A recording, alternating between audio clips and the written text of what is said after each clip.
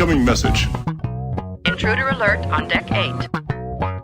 Enter authorization code. Command functions are offline. Automatic defense procedures initiated. Diagnostic complete. Sensors are functioning normally. Welcome to Captain Rob's Trek Logs, brought to you by our Defund Hollywood t-shirt right now. That guy looks so excited, doesn't he? That guy is homeless. He's got a Defund Hollywood t-shirt. That's all that matters, right? Or you can do this. Even shows you that the homeless can look good in our stuff. That's right. And this show is also brought to you by Transformers: The Complete series, because that's what I had to get Rob to get him to do anything. He's so easily. I pay him in movies. You could have said. And pizza. Script Doctor couldn't join us, and neither could Andre, but we also have a special guest with us today, the one and only Matthew Kadish. How you doing, sir, from the Salty Nerd podcast? I'm the poor man's Script Doctor, so I don't know if I'd call you that, but you're a writer in your own right. Yes, and to be punny. I used so to there work you in go. Hollywood. And you used to work in Hollywood as well, yeah. And you're also on the Paramount lot, actually. So. Yeah, on the Paramount lot. They didn't necessarily let you in the building, but no, I'm just kidding. Well, there are so many buildings on the lot. So. I know, I'm just kidding. I'm kidding. But yeah, we're here today to talk some Trek. Yes, F you, give me $500, Steven Seagal. That's right. We got a great panel today, it looks like. We got Rob, myself, and Matt. Maybe some other people will pop in. You never know. Well, we're all you really need. Yeah, we're all you really need. Like, this show's gotten to the point where if you're still watching it. If you're still watching this, then you're either a glutton for punishment or you have horrible taste, really. I mean. Well, I'll be honest with you, and I'll surprise Matthew. I don't know if he caught our last two reviews, but I didn't hate the last two episodes. No, it's trying. That's the thing. It is trying, but it's trying too hard. Yeah, it's like that one girlfriend who tries way, way too hard. Yeah.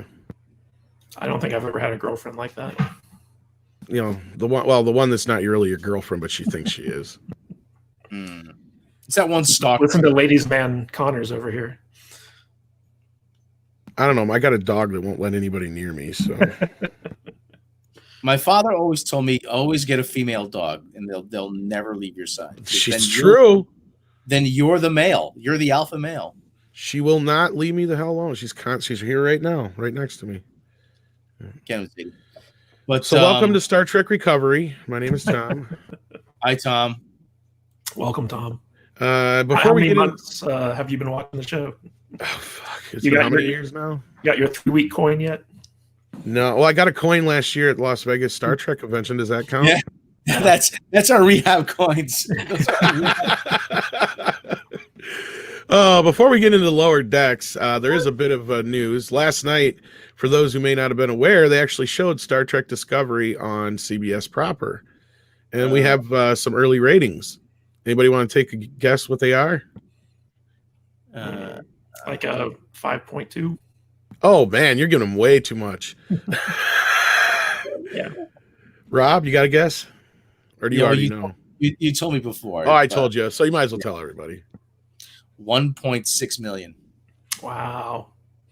You know what's funny though is like the match game beat them. When Discovery premiered, didn't they show the first 2 episodes? And they actually got like 8 to 10 million viewers at that time. I remember it was 12 million. I think it was kind of like a rebroadcast, right? So yeah, technically yes, but the thing is, I mean, Big Bang Theory reruns get about 4 or 5 million. You know, Adult Swim on Cartoon Network gets 2 million. Those are all shows that are on publicly accessible networks. I mean, Star Trek Discovery was never on broadcast, so like it wasn't able to build up the type of following that something like Big Bang Theory, which ran for 12 seasons, was able to do. The thing is, it's Star Trek. It's supposed to have a built-in following, and they've just done everything they could to destroy. But the whole built-in followings watched it on All Access. So, well, that's what I said. Like the ratings were never going to be good because everybody who's going to watch it watched it already. Um, Now I'm curious though. Did they show both parts, or did they show just the? I don't know. I didn't watch. Because as you remember, like the first episode was 48 minutes, and then the second episode, quote unquote, second episode was only like 35 minutes. So this was a 90. They probably recut it and split it up differently, because that's the other thing. They had to cut it for violence. I'm sure they had to trim a little for time, but this is basically the same numbers it got in Canada, if I remember right. What day was it released on? Originally? No, this last night. It was just last night. It was on at like 9 o'clock or whatever. Like a Thursday night. Yeah. Like the match game beat it. Like I don't know if it's like a first run match game show or a rerun of. I mean, like how many people still watch network TV nowadays? It seems like everyone has surprisingly a lot in the older demographic. Like that's the thing, though. Yeah, but Discovery is not geared towards the older demographic. Well, but the thing is, the demographic that they're gearing Discovery towards will say, "Oh, gee, I don't understand why that show was canceled. I torrented every episode." You know, they don't make the connection. They don't make the connection that, hey, you know what? This is something that if you pay for, then you will see more of it. Or that if you watch it on a network and you put up with like 2-minute ad breaks every so often, that pays for a series. There's that disconnect. See.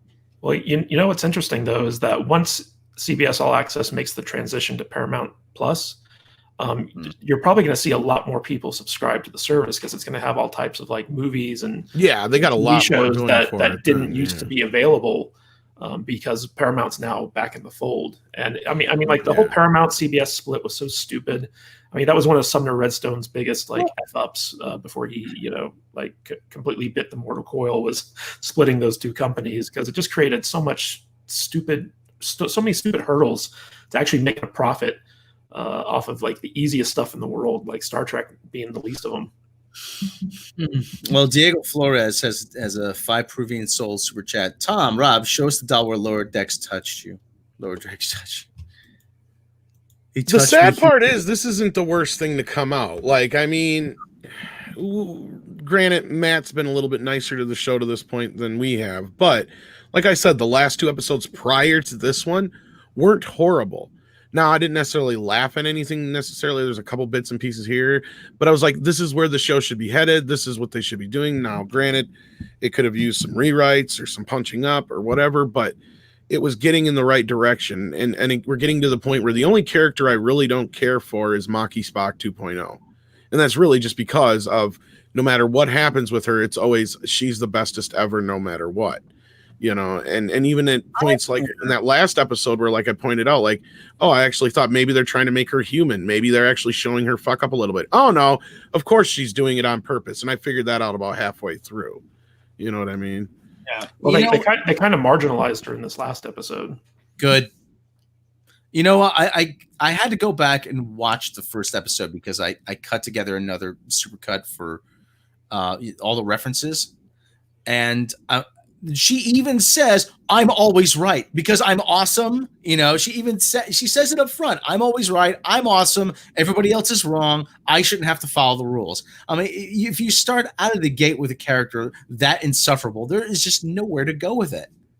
Well, what I liked about this last episode was that Boimler actually kind of had his hero moment, even though it was completely undercut, like right after he did it. But like, it was nice to see, like, the crew gets ticked down, Mariner's out, after the first round, and then Boimler kind of comes in at the end and tries to save the day at least. So like, he wasn't a complete buffoon in this episode, but I actually really enjoyed this last episode. I thought it was very entertaining.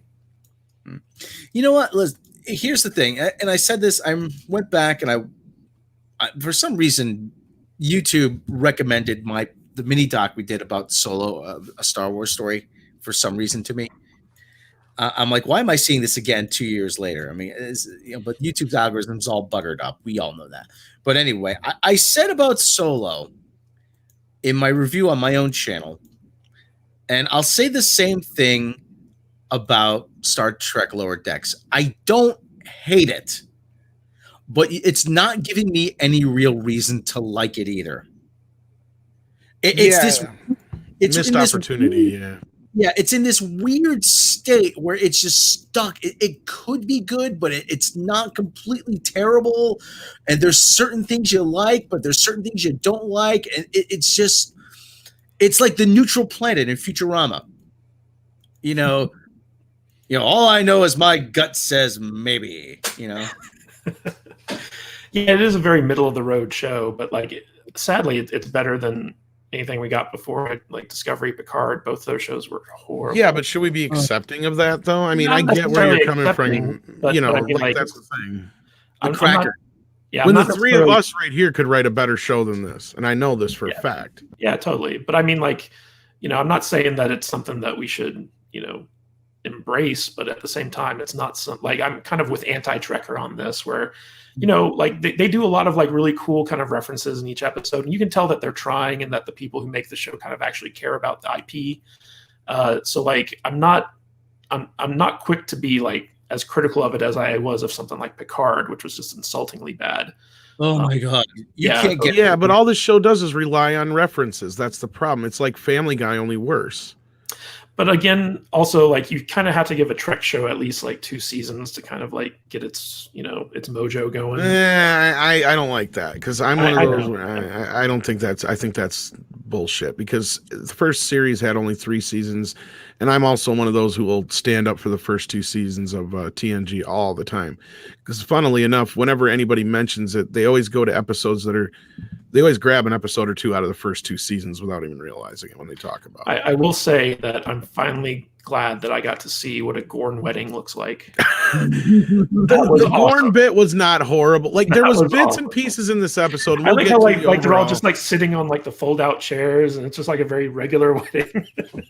And then they see a human, they just start eating him. It's hilarious. But Mr. Wolverine 007 sends in $5, and it's kind of poignant considering what we were just talking about. Reference. Can we just shove this show out the airlock already? I'm not sure how much of a show there would be here if they didn't have 20 references every 10 seconds. Well, I mean, you know what? I know it's counting down to reference to the next member, Barry, but there are stretches where that they seem to not rely on references, and this is they actually managed to establish a pretty good flow. Yeah. But then they asked, "Oh well, wait a minute, we haven't had a reference in 3 minutes. We need to put something in here." Yeah, every time they reference Picard or Kirk or Spock or something like that, I'm kind of but there were 2 parts to this week's episode that really got me. The first was when the 2 Romulan kind of soldiers are walking down the hall, and they're like, "Man, I really hate Remans." It's just so out of the blue, but then it's Romulus and Remus, and it's just of course they hate Remans. That kind of tickled me. And then you had the part where Rutherford is being ordered to distract the Vulcan guard guy, and the guard's just oh, you're distracting me with your fan dance, he's just saying what he's doing. So I thought that was I hated that fucking reference. It's too. Yeah, that's actually, I caught that. That's actually a Futurama reference, believe it or not. Well, it's just the fact that the whole fan dance is a reference to one little small bit in Star Trek V that only Kirk and fucking one other person know about. But not even Rutherford knew about it. He was making it up. It's just the fact that the other guy told him to do it in the first place was a direct reference to it. So that's the big problem, is you start to say yourself, how would this character know that? And when Boimler gives his big speech, he starts reference, then he says drumhead, and he drops the mic. How would he know that? That's half my problem with the references, is they're so self-referential that they take you out of everything. And Culture Casino sends in $1.49 super sticker. Let me see what it was here. It was a Doom Corn, of course. Thank you so much, Culture. There was an interesting point made here. Where'd it go? Oh, for God's sake. It was actually more of a funny point. It's I keep pointing out, though. I mean, it's like Glee, It's not about the song. It's about the reference for people to say, oh, I know, I recognize that. Yeah, there is that aspect to it. And again, also that's the style of humor that the show's going for. So you're either a fan of that style or you're not.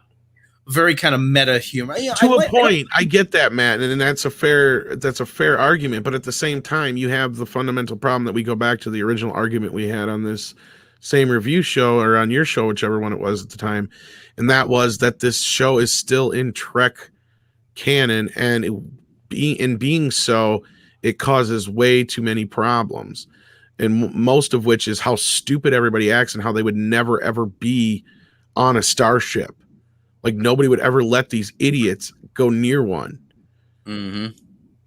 Like I actually laughed at the cat joke where she's like, all these fucking ships look the same. But you know what? Like the point is like somebody that stupid wouldn't be allowed to be in Starfleet. Well, I also liked how like everyone on the crew looked just like the Cerritos, but they just had goatees. Yeah, that was where you're getting to a point where, okay, these are the kind of jokes you can make work on this show, but you have the problem of the other ones that break the fourth wall kind of thing, I guess. But I just want to grab the super chat. Adam Wolford sends $2. Major Grin did a video about all the referencing. Oh yeah, and Mecca's been keeping track of them with Rob too. They've got like 3 or 4 video clips of them now. Yeah, Doctor also points out what I was thinking too. The episode title is also derivative. There have been 7 other shows that had that same title, and not only that, there have been like a few of the shows that are the same exact setup.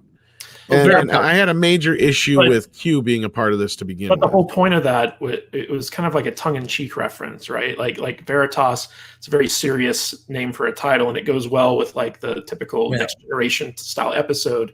But like the whole point of the episode was to make fun of these like trial episodes that Star Trek is known for, and it was kind of like a very subversive take on the material, which I appreciated. Like this really did feel like an old school like Next Generation episode where the crew has to defend itself in some type of like alien trial space, and then at the end that's just completely blown out of the water. And I really liked the little twist that they took on this. I thought it was kind of a cute take on that trope of like, you know, the crew is on trial for something, and I think that's why I wasn't bothered. It would be had that not been the joke of the last like 4 or 5 episodes. So like every time we get to the end, it's always some misunderstanding. They're really not bad. Oh, they're really this, or they're really like that's been like the twist at the end of every episode for the last like 2 or 3 at least. Well, I mean, it's been working for me. Like I haven't been displeased by the last couple episodes. I've been I can't say I've been thoroughly entertained, but like I haven't hated them. I've actually enjoyed lots of elements that they've been doing. I understand. Like I said, I don't hate it either, but at the same time, you know what? It's still not. It's this weird thing. I don't hate it, but it's not good enough for me to like it. It's stuck in this weird, like I said, this weird limbo where I'm like, yeah, I understand it. I know what they're doing, but at the same time, you know, it's just not working for me, man. You know, and the whole idea, and don't get me wrong, I like the meta humor. I like this. I like a lot of self-referential stuff. You know, Family Guy does it well. American Dad does it well. You know, Rick and Morty does it well. It's just trying way too hard to be something it's not. It's trying to be Rick and Morty is set in a Star Trek universe. And Matt, you've said before that if you could divorce it from Star Trek, then you know what? Then it's actually not too bad. But they're going out of their way to remind you. Well, that's the problem. Is it is Star Trek? That's just it. It's not like it's not the Orville. And the sad part is even things like the Orville get it right more so than this. And in a sense, like even if it was again, they didn't want to copy Orville, fine. But you almost should have said, "Fuck it, we came first. We can do it first.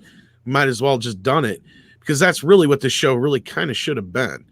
Outside of, I mean, they're starting to get again. You had one bit in this episode that gets what I've been saying all this time. They are lower decks.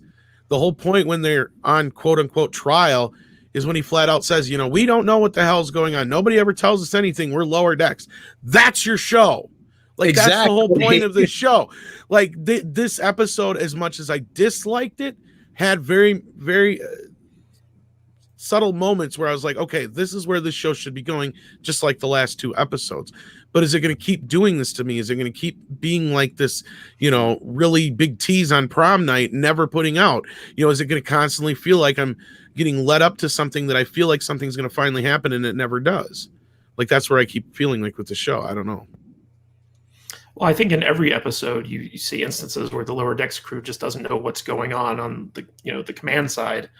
And that's part of like what makes, you know, the storyline so interesting is, I mean, eventually they kind of tie into the main storyline, but everything they do is based off of like complete ignorance about, you know, the broader story that's happening. Yeah, but like those first 2 episodes, they were right smack dab in the middle of everything.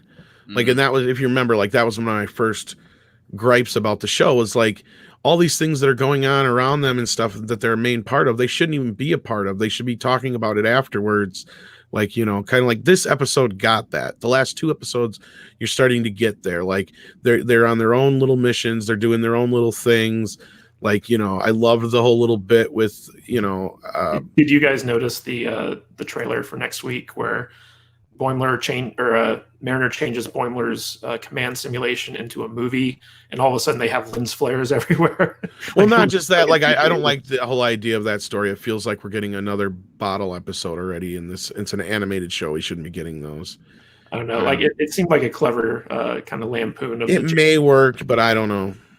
I didn't like the idea of it when I saw it. But Miranda Sinestra sends in a $5 super chat. There's formalic storytelling and inspirational storytelling. This show suffers the former. When it does venture into the latter, it reverts back. Yeah, that's pretty much, I think, what I was kind of saying. Like, every time I feel like we're getting there, is something pulls us back. Like, it's like, well, you know, it was almost there. One step forward, another step sideways, you know, or 2 steps back. Yeah, either way. And Matt's being really fair to the show, and I'm not like saying he's wrong anyway. Obviously, neither. You know, it's just our opinions, but you know, and at least he's acknowledging that, you know, this is like getting a cracker when you're starving. Basically, I get it. You know, so I can accept that, I guess. Well, the only opinion I've said recently is wrong is when I saw the Rolling Stone 500 album list. I'm like, yeah, you guys suck. No, Rolling Stone hasn't been relevant for like 20 fucking years. Yeah, I've said you guys are unequivocally wrong. Next, so okay, but anyway, I remember bitching about, they did like a 50 best albums book like 10 years ago, and I remember griping about it because there was only like 3 or 4 albums on there that I felt like actually deserved to be on it. Anyway, this is a topic for another time. But exactly. Dan Hazal sends in a $5 super chat. It's tough to take Beckett Mariner as a joke because she's just Michael Burnham in tune form. Yeah, that's my major issue with her. And I get if they're trying to make fun of her a little bit, but they're doing a piss poor job of it. If you remove her, like I said, if you remove Mikey Sue Spock 2.0, this show improves at least by a factor of 5. Because then you have all the lower deck stuff happening, and you have everybody dealing with it, and you don't have someone who could just instantly solve all the problems. Then the characters would be written in a way would make them compelling. Okay, this happens. Oh, Boimler is stuck on an alien planet. How does he get out? How does he get out of it?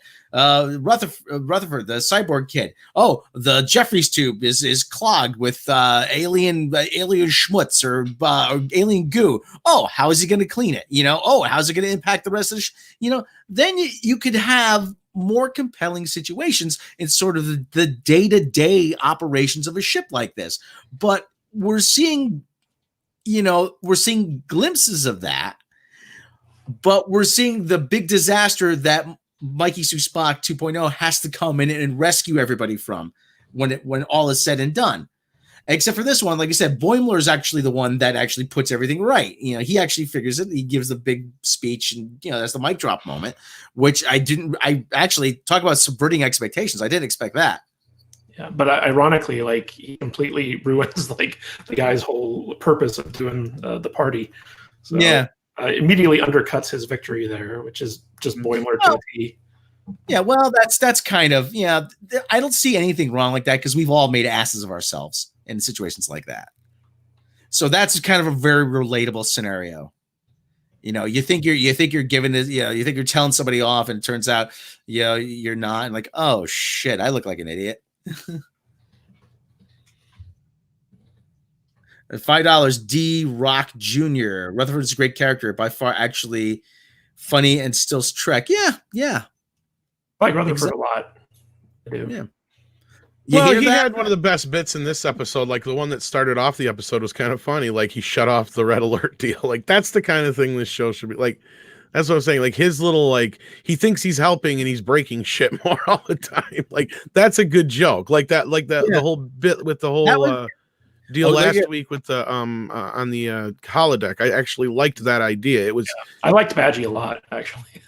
there was moments, I mean, there was bits and parts where I had issues with certain aspects, but again, like I pointed out, and I said, this is what the show should be. This is what they're missing in the earlier episodes. But actually, who's my other favorite character? The cat doctor. I don't like her voice, but I like how they've utilized her. Yeah, like she's had some of the best bits. It's sort of like Doctor. Yeah, she's Dr. McCoy as a cat, as a Cation, which is actually pretty good. Has no patience for anybody. Dr. Tiana. Yeah. Tiana. Dr. McCat, I'll call him. I liked how they had to like clean all the cat hair off the chairs in the conference room.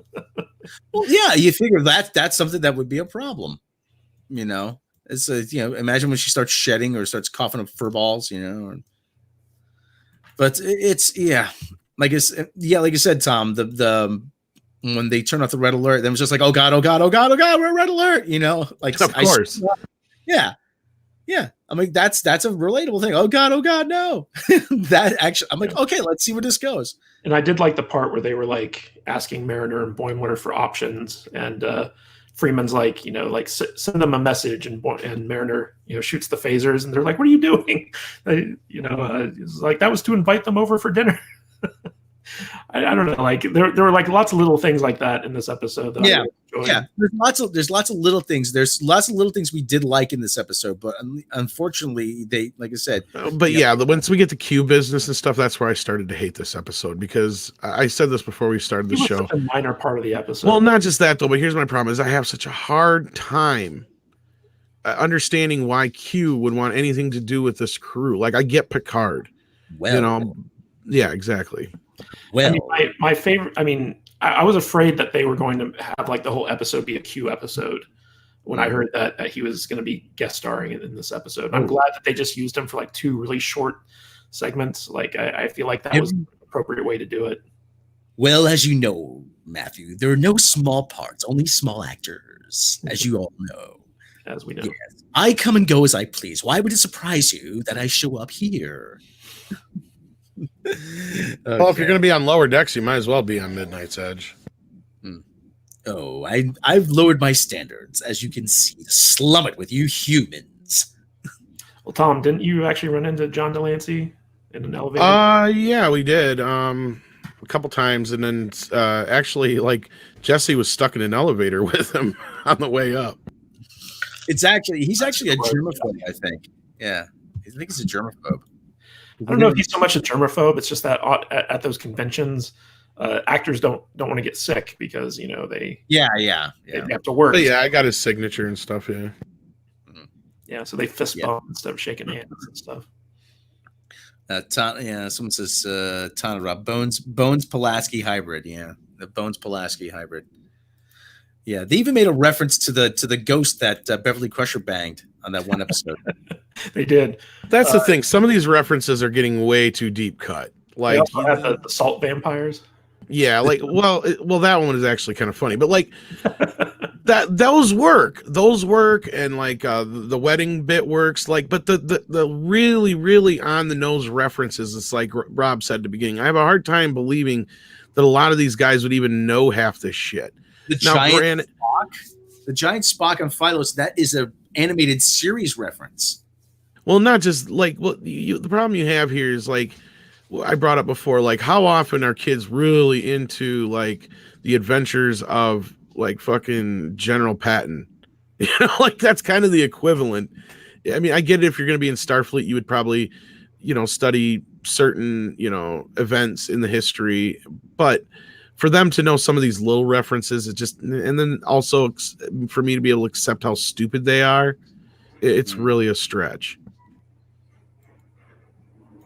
I don't know. I still, my favorite is the O'Brien reference as being the most important figure in all of Starfleet history. That still tickles me to this day. Well, that one I could probably let go more than some of the other ones, but yeah. Zontar sends in a Canadian $5, Rob. Yes, let me get my sound up. Hold on a sec. I have so many sounds. In the novels, Q's antics are to entertain higher deities. By virtue of Lower Decks existing, he'd be interested in its crew since the higher gods, us, are. All right, I guess I can accept it. I don't know. I understand why Q would be interested in Picard, but... Well, I like how in this episode he was like, they were like, go bug Picard, and he's like, he quotes Shakespeare too much, or something like that. Right. Shakespeare. Yeah, it was just funny that Q sometimes likes to slum it, I guess, instead of going after like these highfalutin captains. Well, you're the only thing in this galaxy that I have that even remotely resembles a friend. Well, that's what I'm saying. Like, I can understand Q's obsession with Picard. I don't understand him, dicking around with like Lower Decks people. It just doesn't make no sense. And it just makes Mariner that much more fucking important than she already fucking is, which is too much. Mm-hmm. Oh God, what was the? So she's already better than Kirk and Picard and O'Brien put together. So yeah, I found it kind of weird, like last episode, where like there was the potential that she could have already been a captain. And it's like, how old is she exactly? She's the same age as Boimler. They said it's Mary Sue and a half. That's the problem. You have this situation where it's so difficult to believe that this character even exists, and the fact that she exists and the way she keeps it's a fucking dream character. It's what is it you keep calling it, Rob? Like what Ray was for Kathleen Kennedy? Self-insert. Yeah, she's a self-insert character. So anybody who's watching this who's a female can go, oh yes, I'm the bestest ever, and I can be just like her. And it's like whatever. Yeah, it's how Ray was. Ray, Jin Erso, and freaking Enfys Nest were all stand-ins for Kathleen Kennedy. Mikey Sue Spock is a self-insert for whomever that. I don't know. So Alex Kurtzman thinks he's a black woman? Probably. No, Alex Kurtzman's not really the one running the show on this, right? He must. Well, according to the world of Star Trek, yeah, he is. It's Mike McMahon. This is kind of his baby, right? It says he's the showrunner. Yeah, yes. He also created it, and basically, Kurtzman just handed the show off to him and lets him do whatever he wants. I'm pretty sure there's an edict from on high. Says from Alex Kurtzman, make sure you have a spunky black girl as your lead character. So, well, there may be some truth to that. You never know. He may be less important than we thought or anticipated all this time. Who knows? Thomas R. Star Trek self-insert, the porn parody. Pretty much. Actually, you go on YouTube, the adult film version of Star Trek: The Next Generation. If you remove all the giggity scenes, it is actually a very good Star Trek fan film. No matter how hard you try, Rob, you're not going to get a mass amount of people to watch porn. No, it's on, like I said, they removed all the giggity scenes, and it's on YouTube. And it's actually a very good fan film, which is bizarre. Like, how could this be better than the real thing? Are you talking about Sex Trek? Yes, I didn't want to. I've actually seen that movie, and you're right. It is actually a very good, Star Trek episode when you take out all the sex scenes. It's true. Then what fun is it? Because it's just like watching an episode of the original series. Except like they encounter this giant vagina in space, and it starts drawing them into it. They have to figure out a way to escape the giant space vagina. I mean, it's hilarious. It sounds like an episode of and Commander Spock's name is Commander Sperm. So the guy who's doing Kirk is doing a dead on Shatner impression. He's like, Sperm, where are we? There's a TNG one too, which is actually really good. Yeah. Oh boy, that's where we are now. That's where we. Oh god, it is ironic that the porn parody people made a better Star Trek show than Kurtzman did. It's kind of funny. How is that possible? Oh God. This is the hell. It's my life now. Yeah. All right. Well, Did we got any other Star Trek news you wanted to talk about, Tom? Well, it's pretty much out there that Star Trek Discovery Season 4 is going into production. Strange New Worlds is going into production. Oddly enough, it's not going into production until next year. You would think they would have put Strange New Worlds first. But no mention of Picard. They probably have all the sets and stuff for Discovery ready to go. That's true. And I'm figuring that's what's going on right now, because why the fuck, considering they're not supposed to start production until November 2nd, would you already have shit going on? They're probably just doing sets and all that kind of stuff. Yeah, I mean, they probably can't even really start building the sets for Strange New Worlds because of the COVID lockdown restrictions. Well, I have a feeling everything for Strange New Worlds is already pre-built. Like, they're just repurposing everything for Strange New Worlds. Well, and maybe that's why they put Discovery Season 4 first, so they can get that out of the way, so then they can restructure everything for Strange New Worlds. Because all the ship stuff was just restructured between the Discovery ship and the But I mean, like, they really just built Enterprise for the Enterprise. There's probably a lot of other sets that they still need to build for the series. So... Well, the funny thing is Alex Kurtzman's name is nowhere on the production listings. There could be reasons behind that. We're looking into a lot of that. Hey, sorry. I don't know who that was, by the way. No, some random lady just walked into your house, just roaming around my house. Why can't I have that problem? The only thing to make it better if she were holding a pizza and putting a 6-pack. Here's the thing, and Pete, downstairs though, we have never, no matter what anybody says, Midnight's Edge has never once said that Discovery Season 3 isn't happening. We've never once said Discovery Season 4 is happening. We never even once said Discovery Season 2 wasn't happening. Like the thing is we've pointed out before, the whole Netflix deal probably was for anywhere from 3 to 5 seasons to begin with. Yeah, Tom, you were on that hour-long live stream I did where I laid out my case as to why Netflix already paid for 5 seasons. Yeah. Discovery. And I mean, there could have been something, whatever. Like, here's the funny thing is now with this being Paramount Plus by next time this has come around, it'll be interesting to see if the Netflix deal is still going. Like, if this is on Paramount Plus worldwide, then they may have reworked that deal like we had reported. But hold on, Adam Watford, $20. YouTube channel courtesy Flush has done Lower Decks better. The crew is made up of screw-ups, the Gorn, Starfleet Doctor, Gorn Engineer, Orion Communications Officer, Boulder, Second Security Officer. YouTube courtesy Flush? That's the YouTube channel? First time I'm hearing about this. Okay, I'll have to go. I'll have to check that out. Thank you, Adam. But this whole thing, well, I keep saying this, I gotta believe that Netflix has some sort of deal to keep all the older episodes of Star Trek for like 10 years in this deal, because they paid out the wazoo for the international distribution for Discovery, as we all know. So they have got to have Star Trek locked up for, and this is just me speculating, for at least a decade, maybe longer. Because there is no doubt in my mind that CBS All Access would have made Star Trek exclusive to their streaming service. Watch every episode of Star Trek. Yeah, Paramount's not doing that. And they just they had another story about Paramount Plus come out. I don't know if you saw this one, Matt. But they flat out talk in there about how they're going to do a multi-platform thing. They're going to have their shit for Paramount Plus, and they're also going to continue to do stuff for like Netflix and whatnot and other networks. Like that, like I basically the way I gathered it, like for instance, the whole Beverly Hills Cop 4 and 5 deal with Netflix, that deal will probably pay for like 5 or 10 of their other movies they're going to do for Paramount Plus.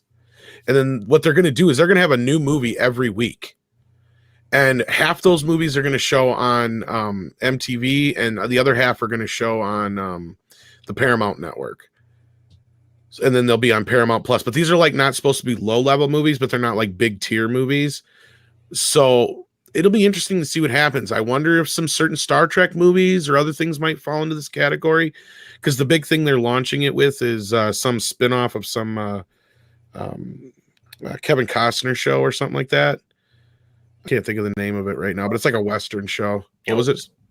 What was it, Matt? Silverado? Yellowstone. Yes, Yellowstone. Yeah, that's the one that they're one of the first big ones they're pushing. But they are planning to have a brand new movie every single week of the year, so 52 new movies. Well, that's one way to keep people subscribed, right? Yep. And again, like they're meant to be like the old TV movies, not like like when they used to get like movie stars to come in and do like TV movies. Yeah.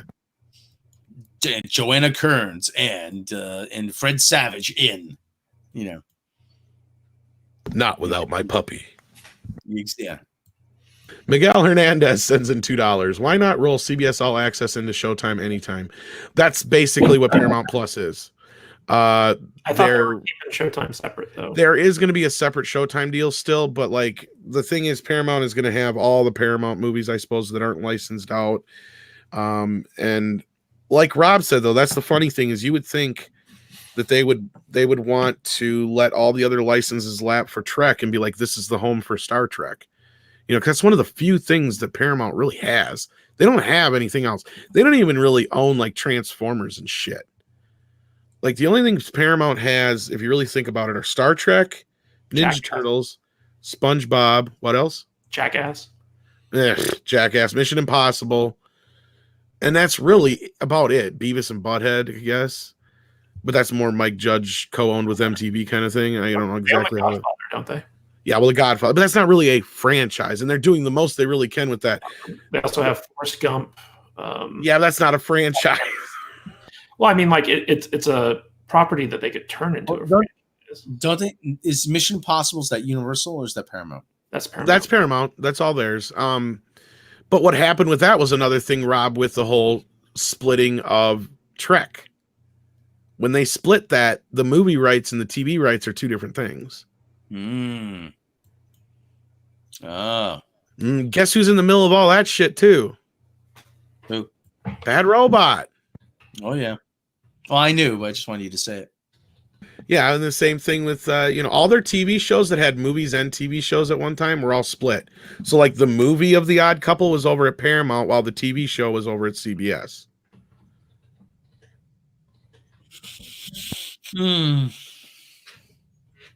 Unreal. They own the old Friday the 13th movies, but they don't own Jason anymore. New Line Cinema owns Jason. It's all over the fucking place. Hurdles with Jason and Friday the 13th and stuff. Well, you have, first of all, New Line Cinema owns Jason. Friday the 13th name and all the other characters are still over at Paramount. But then there's some legal wrangling right now because not Steve Miner, but the other guy who wrote on it. I can't remember. Is it Steve Miner or no? No, not Steve Miner. The other guy, I can't think of his name. But he sued them for the rights, and he won the first case, but then they're appealing it, and I don't know where it's at right now. So he owns the rights to Young Jason, Mrs. Voorhees, Camp Crystal Lake, and a bunch of other shit in the Friday the 13th name, I think. Doesn't Paramount have the Teenage Mutant Ninja Turtles? Yes, I did mention Ninja Turtles and SpongeBob. All those are over at Nickelodeon, and those are probably their two big major franchises. They also there. have The Last Airbender, right? I believe so. Because they own a Nickelodeon, I believe. Is it them or is it owned by Nickelodeon or is that owned by somebody else? I believe Nickelodeon's part of Viacom. So, well, yeah, Nickelodeon is, but I don't know if Nickelodeon owns The Last Airbender. They just could have licensed the show. I think they own it. They were the ones who aired all the cartoons. Who made the movie? Paramount. And yeah, they probably do. Captain's Paranormal Activity. Yeah, I guess. G.I. Joe. Them or Hasbro. That's the thing. Like all the toy things, like they co-do or whatever, but they don't own those things. Like that's the thing. Like they flat out own like technically Ninja Turtles and all that kind of stuff in Star Trek, but they don't own the Transformers and G.I. Joe and shit. Like if Hasbro wants to go somewhere else, as long as the deal's up, which I think it is, they can. I think they just have like a good relationship with them right now. Do they own the Terminator franchise? No. Or they may actually, I think you're right. They may now.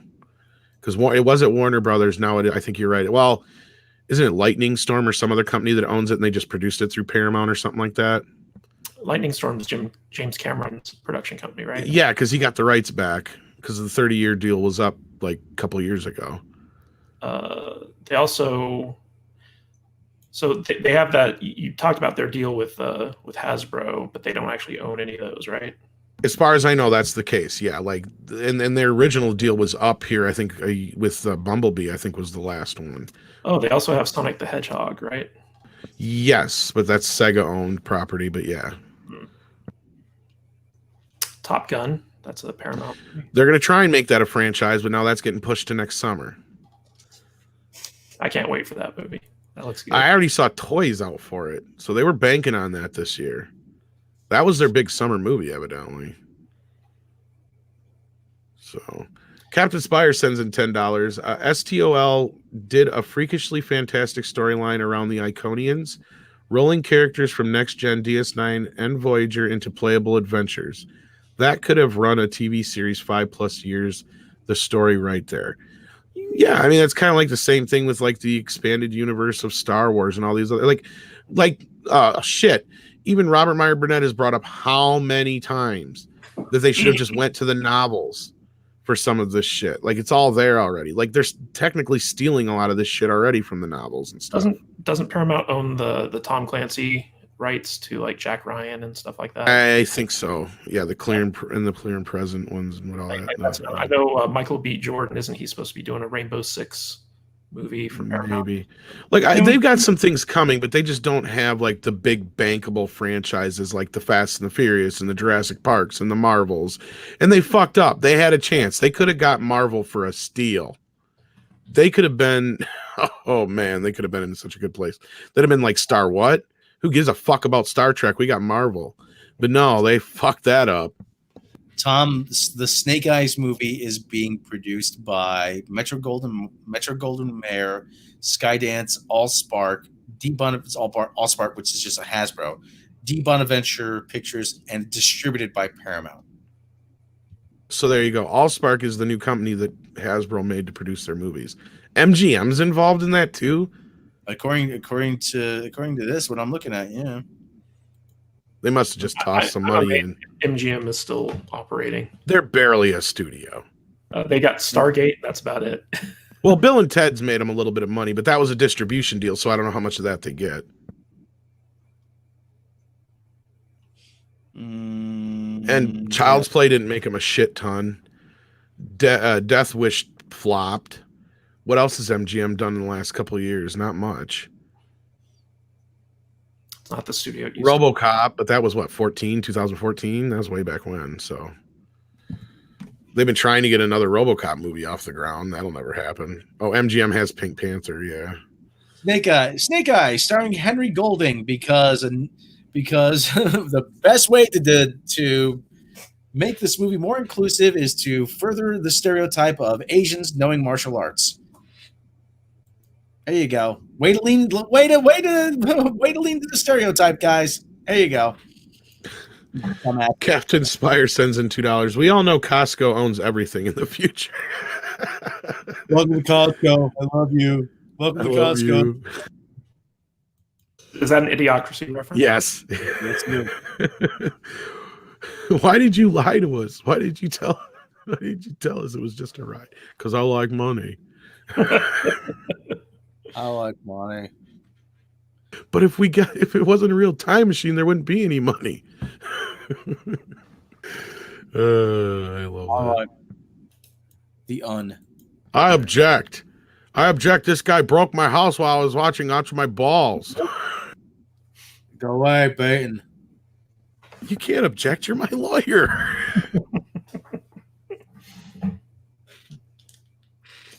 Oh, they're going to cancel that movie. You know that, right? Oh, I don't think is it still in print? I don't think it is. No, it isn't. It's only been available. It hasn't been available in years. You know what movie I'm surprised hasn't been canceled is Tropic Thunder. Oh, they've tried now a couple times. I watched that again the other night. Oh my god, that's such a brilliant movie. I'm a dude playing a dude who thinks he's another dude, or however he says it. Yeah. Yeah, but you couldn't get that movie made right now. Oh hell no, hell no. No.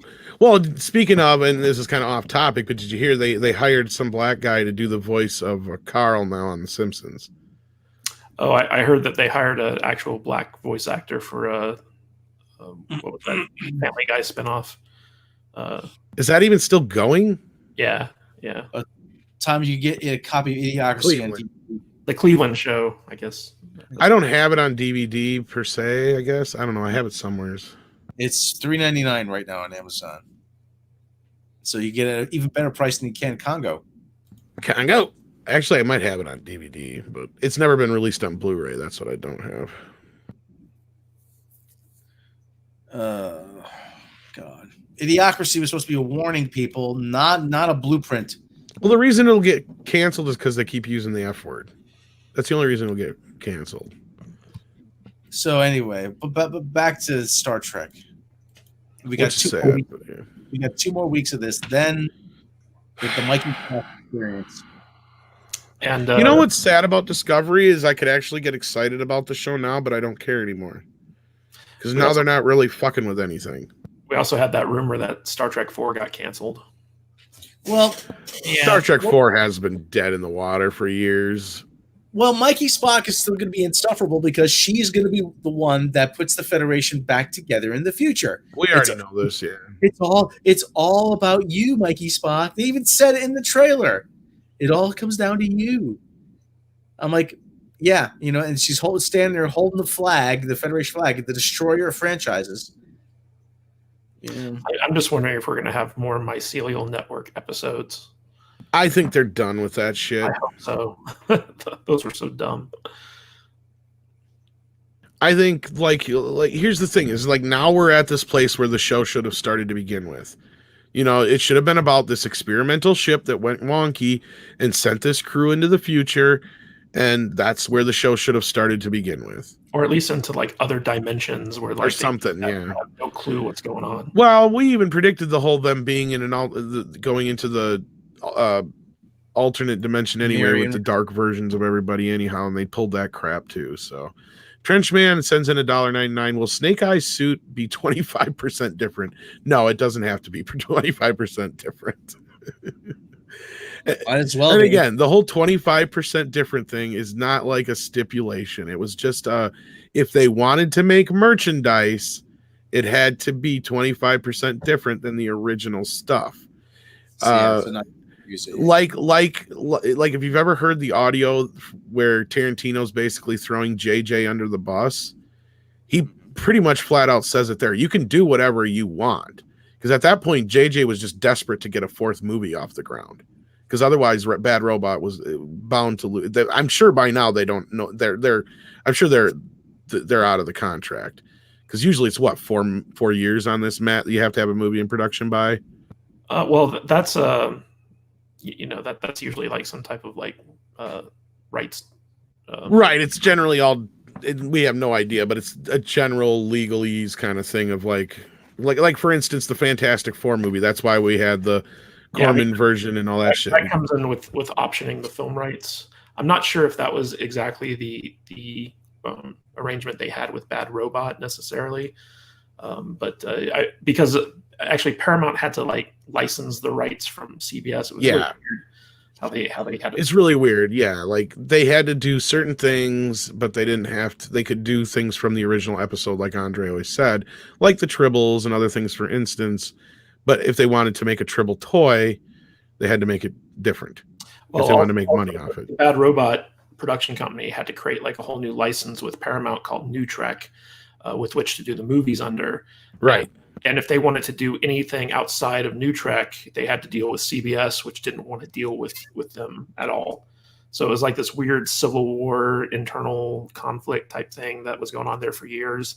And Bad Robot just got frustrated with it. I'm sure JJ's not losing any sleep over not doing any more stuff. Oh no, they've moved on. I guarantee you they've moved on a while ago. I've got DC Comics to ruin. Yeah, he's got DC Comics to ruin. The 25% different stuff was actually about the licensing. So like, you needed, because they were like kind of overlapping time periods, you needed to have a Enterprise for the new stuff, which was different enough from the original Enterprise where the people who own the licensing for the original series couldn't use the new stuff as part of their license. So like it was this weird wonky thing where like they needed to change it enough to make it different enough so that it could have its own license so they could make more money off of it. Yeah, like we reported, but yeah, like the only thing we couldn't figure out in the long scheme of things, and we still haven't figured out, is how Kurtzman factored into everything. And that's how we could never get a straight answer from anybody if it was he popped his head in or if it's JJ popped his head in legally, because he had the deal for TV shows originally too. That was the thing. Well, that was part of their original plan, but yeah, Kurtzman, he was making Star Trek TV shows under a different license than JJ. I know it's different, but that's my point, is there's still a point of where Brian leaves and we still like our interview with Nicholas Meyer. I don't think he ever worked with Kurtzman. I really don't. I think he was out the door before that. I think he left when Brian left, because I've seen the scripts and his name's on them, but what we got on screen is not their shit.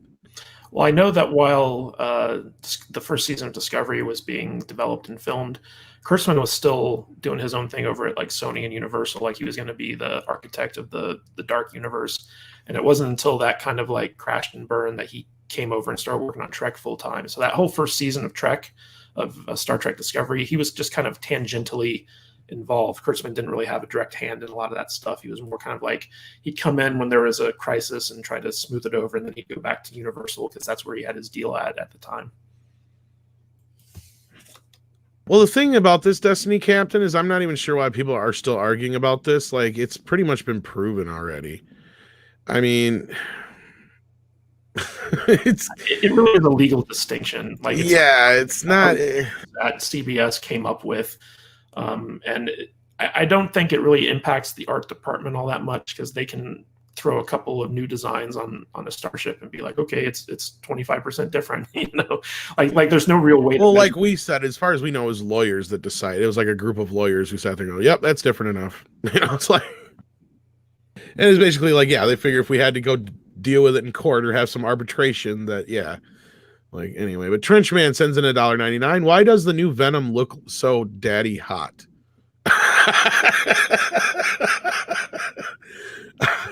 I don't know. Fall Guys is dominating the PlayStation Plus world right now. What the hell is going on? I got to pop up Adam on the things.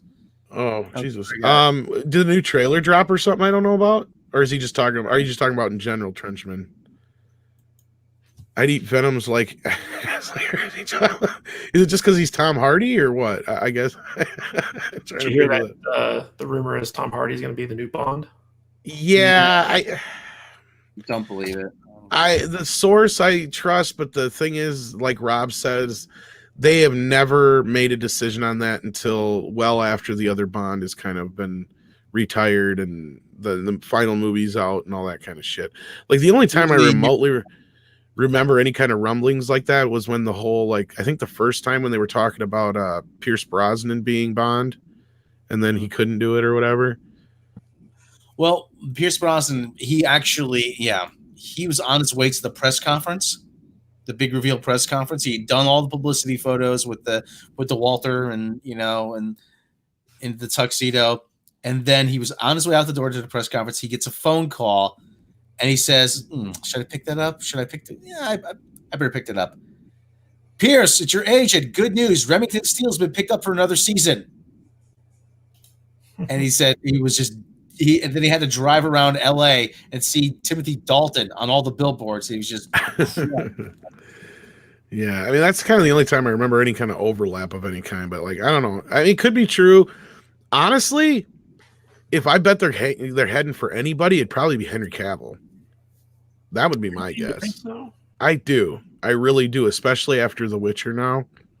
They'd be stupid not to.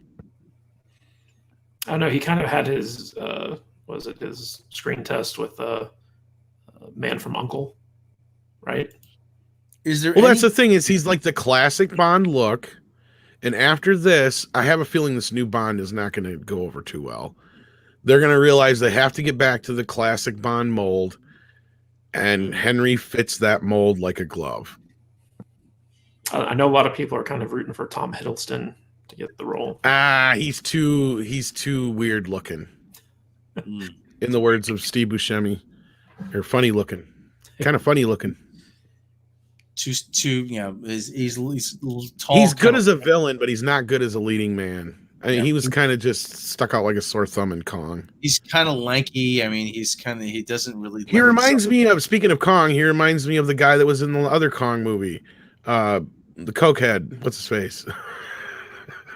Adrian Brody.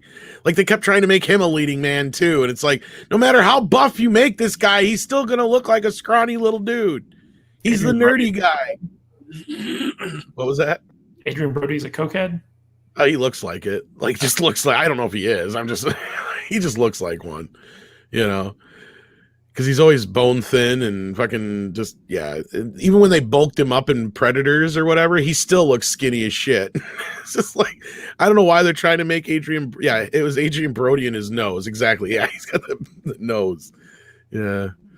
I don't know. I wouldn't doubt it if he is. Well, we're also getting a sequel to Passion of the Christ, apparently. Hasn't Mel Gibson been trying to do this for years though? Probably. Like, since the first movie came out, like, he's been talking about this. Yeah, the first movie was independently financed, though. I think a lot of the hurdles that they were running up against was just finding the money to do it. So didn't help that it was in what's the language that Arabic or whatever? Not Arabic. Aramaic or whatever it is. Was it whatever it was? Yeah. I don't know. It was the most. It was still. I think isn't it still the highest grossing independent film of all time? I think it is. Yeah. Yeah.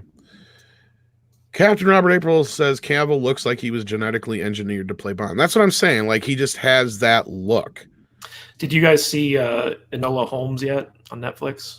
No, but I've heard enough about it. Just like the whole backfiring of their fucking statues they put out there, the lesser known sisters that ended up just making their brothers look even better when they put. Did you hear about that?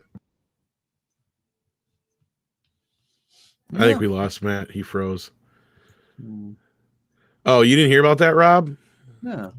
No, like, okay, the one that sticks I remember the most. It wasn't. Oh, there he is. He's back. Yeah, I watched Enola Holmes the other night, and it was actually a pretty decent movie. But Henry Cavill was just like just completely without charisma in it. It was probably the most boring take on Sherlock Holmes I've seen in a while, surprisingly. Probably because he had nothing to work with, from what I heard what it was about. But well, I mean, like, he had enough to work with. He just didn't bring anything new to the character. Like, if you look at how Benedict Cumberbatch, kind of made that character come alive in the Sherlock series, and we don't talk about not Con here. Robert Downey Jr., in the movies and stuff like that. They all had an interesting take, and it was like Henry Cavill was just kind of there in this movie. So that kind of makes me a little bit like, he's very good at the kind of stoic, strongman type, but like when it comes to having like that type of charisma that I think someone like Bond needs, I just don't see it with him. That's fair, but I hear a lot of people calling for it, so and I just see it fitting. I hope he's Superman. I think he's signed on for more. I think that's true. The whole thing though, with like the thing, if they go with Tom Hardy as Bond, it's too much like Daniel Craig. I don't know. Hardy might take it in a different direction. I don't see. I don't know. I picture Tom Hardy's Bond as very similar to his character in Inception. Like, to me, that was Tom Hardy playing James Bond. Yeah, well, that's the thing. Nolan always wants to make a Bond movie. I don't know why they just don't. I mean, Tenet was basically a Bond movie. Well, all of his movies are pretty much Bond movies. Was it Script Doctor was pointing that out, Rob, or somebody was? And I totally agree with him. I don't know, Midway doesn't seem like much of a Bond movie. Well, no, that one, no. But like all of his other movies. But I think it was Script Doctor who was basically insinuating that Nolan has wanted to make a Bond movie, but they just never have let him yet. Like, but that's his ultimate goal, probably, is like he's this huge Bond fan. Well, I think out of all of his movies, the Tenet movie was just very typical Bond with this like sci-fi element thrown in. I'll tell you what, I'll add to the fire though. If the rumor is true about Tom Hardy, that would add. I wouldn't be surprised if Nolan wouldn't consider doing a Bond movie, or if he's not already in talks. Yeah, but again, I'm just fueling fire there with bullshit. So I know that the producers don't like to use big name directors for the Bond films because they're more. But they did. They almost did with what's his face in the last one. Who was it? Rob that was going to direct it. He did the Super Bowl thing. Danny Who? Boyle. Danny Boyle. Yeah. Yeah, but they ended up not using them, right? No, but again, like it's not like they're not above it. I know that, like, Spielberg and Scorsese and all these guys have always lobbied to do like a James Bond film, and the producers have always just been like, no, because they're not going to make the mistake Kathleen Kennedy made, where they get these auteurs to come in and run the show and then lose control of them. That's a fair point. But then again, there are a lot of directors who have worked on Bond that do have a pretty signature voice, but that usually happened after they worked on Bond. Like Bond was kind of like their true to a point, except for what's his face who directed like Hard Day's Night and shit. Didn't he direct one too, and then Superman 2 and stuff like that? Richard Lester. Yeah. No, Lester didn't direct a Bond movie. Oh, he didn't direct a Bond movie? Okay. I was thinking of the other guy then that was supposed to direct Superman. I can't think of it then. Didn't Sam Mendes? Sam Mendes. Sam Mendes made Skyfall, and he made like Sam Mendes was kind of like a big director beforehand, but he wasn't like he wasn't like a name director. Like they kind of like, I don't know, were able to pull him in. But I also felt like Sam Mendes' Bond was the most boring Bond movies. Like the ones that he did just weren't very. Well, it was the Dark Knight. Skyfall was really the Dark Knight, and Spectre was really Captain America: The Winter Soldier. Well, that's where I wouldn't be surprised if they would bring Nolan on, because he has like that kind of a voice for it. The big problem is, and like I said, we started out talking Star Trek, we're talking Bond. The big problem is it's because Star Trek sucks. Yeah, everybody wants to make it personal. They want to make Bond personal. It all comes down to execution, how well you execute it. The Spy Who Loved Me is really the same movie as Goldfinger. I mean, but they're both executed very well. It's the same sort of plot device. Well, don't all Bond movies kind of have similar tropes anyway? I mean, I've never seen them all, but yeah. Yeah, and and Goldfinger, they all get the ridiculous big battle at the end, and I keep saying the biggest problem with the James Bond franchise isn't Daniel Craig, isn't political correctness. It's Austin Powers. Ever since Austin Powers, directors have been afraid to do the classic Bond tropes because they don't want them to look stupid. I'm like, no, revel in it, just have fun with it. That's the whole idea. The reason why they're classic to begin with is because they work. That's the whole thing. The formula for a Bond movie isn't that hard. You're not reinventing the wheel. There's some international incident. Bond's on top of some hot counter agent.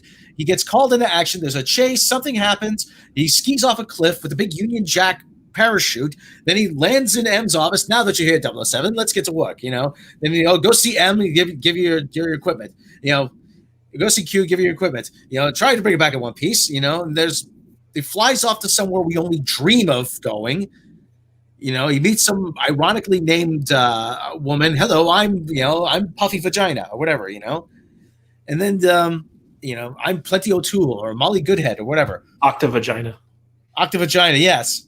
Yeah, exactly. He gets captured by the bad guy, tells him his plan in elaborate detail, thinking he wouldn't escape. He escapes, comes back with an army, saves the day, rides off into the sunset with the beautiful woman. I mean, it's not difficult, guys. It's not difficult. I understand people want that won't work today. I'm like, yes, it will. And someone asked me, what would I do if I made a Bond movie? I would fill it with as much casual sex, drinking, partial nudity, over-the-top violence that you could, more than you can shake a stick at. And it would be basically have Quentin Tarantino direct it, like I said. Yeah, pretty much. It would be hailed as the greatest Bond movie of all time, or it would be the worst thing ever. Well, that's where I put out there. I was like, at this point, what they should do, because that's the other problem besides the whole... not to get too far down this rabbit hole, but just like the whole Austin Powers thing, you have the other problem is especially with this new film, I believe, is that Bond is quote unquote problematic. So if you like, people are a bunch of pussies. That's I know they are, but like a way around that, I feel like, is if you got somebody like Tarantino and you made it a period piece and just kind of like from here on out, did it like Indiana Jones. Just keep Bond in the 60s. You don't need to let him go beyond the 60s. Like it fits better in the 60s. And you can have fun with the gadgets and all that kind of stuff too. And Adam Wolford, I just want to get this real quick here. Sent in $2, says Tom Hiddleston was originally cast as Thor. I don't know if he actually got cast, but there is a screen test out there where he was considered. I know that much. He auditioned for Thor. He says, and they said to him, "Listen, we don't want you as Thor, but we have this other part for you, which we think you'll be perfect for." Same thing with Sebastian Stan. Stan, Captain America. Well, we're gonna wrap this up here pretty quick here, but Big Fat Nerd sends in a £5 super chat. They need to go back to a suave and sophisticated Bond, less action hero. I'd love to see Idris. Oh God, here we go. Rob, he's gonna flip. That man is smooth as hell. Idris Elba does not want to do it. He said, "I do not want to be known as the Black Bond," and he's right not to take it. He goes, "I'll be forever known as the Black Bond." I want to be known. No, really. I know, but Idris Elba, where do I vote? I feel like somebody's trolling you. Yeah. They are, yeah. Rob, please tell us how you feel about Dune. Dune sucks. No, you don't want to hear about that, Dr. They're just trying to get you on a rant. The giant space butthole, which I did the farting. I put the farting noise on it for Mecca. But speaking of which, we should wrap this up. We've went way off course, and Matt's got to get going. But do check out the Salty Nerd podcast. Tell them a little bit about it, Matt, before you go. Yeah, we're just a couple of nerds to get together and talk about movies on our podcast, and it's just a lot of fun. You know, I'm kind of like the inside information industry guy. Then we got one guy who's very bitter and just pours a bunch of salt on everything. We got one guy who likes to crack jokes, and then we got the female perspective in there, who you saw earlier, who popped her head in. And basically every week we do a different theme of movies and we talk about them. And it's a lot of fun. You can check us out at saltynerdpodcast.com if you want to listen to some of our episodes. We're also on YouTube. So if you check out saltynerdvideo.com, it'll take you to our YouTube channel. You can listen to full episodes on I there. Just shared the link for the YouTube channel. So yeah. So I'd appreciate it if you guys came and checked us out and see if we're worth subscribing to. Let's get them subscribers, guys. I put the link there in the chat. Check them out. And occasionally we have Tom on the show. So. Yeah, I've actually been on there a couple of times. So there you go. So yeah, check out the Salty Nerd podcast. Check out Rob's channel. Check out Midnight's Edge After Dark. Anything else you want to say, Rob, before we go? Yeah, dead rats float. Think about it. Captain, incoming message. Intruder alert on deck 8. Enter authorization code. Command functions are